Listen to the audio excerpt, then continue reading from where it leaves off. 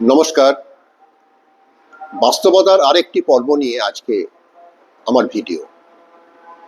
আমার ছোটবেলার একটা ঘটনা নিয়ে আমি আজকে কিছু কথা বলবো। স্কুলে যাওয়ার পথে একটা সুন্দর বাড়ি দেখতাম। বাড়ির সামনে বাগান আছে এবং প্রচুর গাছ, ফুলের গাছ রয়েছে। আমি বিদ্যালয়ে যাওয়ার পথে দেখতাম আর আমার মন আনন্দে ভরে যেত। ভাবতাম যদি এরকম একটা বাড়ি আমাদের হতো। যাই হোক, বাড়িতে যেদিন গৃহপ্রবেশ সেদিন অনেক লোক আমন্ত্রিত ও নিমন্ত্রিত হয়েছে। সেখানে আমি আমন্ত্রিত ছিলাম না বা নিমন্ত্রিত ছিলাম না, ছোট বয়স। বাবা নিমন্ত্রণ ছিল, বাবা যাননি। শোনা গেল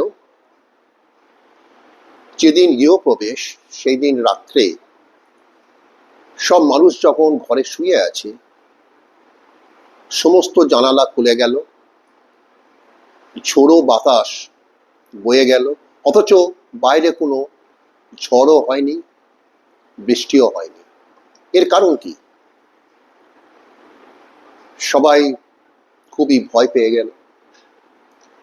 ভূত বা স্পিরিচুয়াল অ্যাটমসফিয়ারের কথা চিন্তা করতে লাগলো, কিন্তু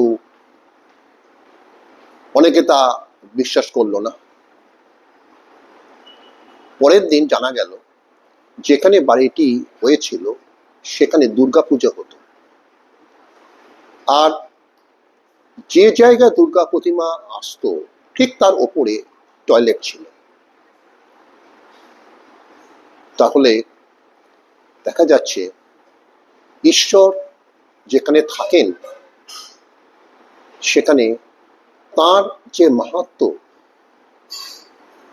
ফুটিয়ে তোলার জন্য তিনি তার এই নিদর্শন প্রকাশ করেন না, কিন্তু মানুষ আমরা ঈশ্বরকে ঠিকভাবে পূজা বা ঠিকভাবে ডাকতে পারি না। তার ফলে কি হয়? আমাদের বিপদ। জানা যায় সেই বাড়িতে কেউই বসবাস করতে পারেননি। পরবর্তীকালে সেই বাড়িটি আবার ভেঙে দিয়ে সেখানে মন্দির স্থাপিত হয়েছে। যেটুকু আমি জানতে পারলাম 10 বছর আগে।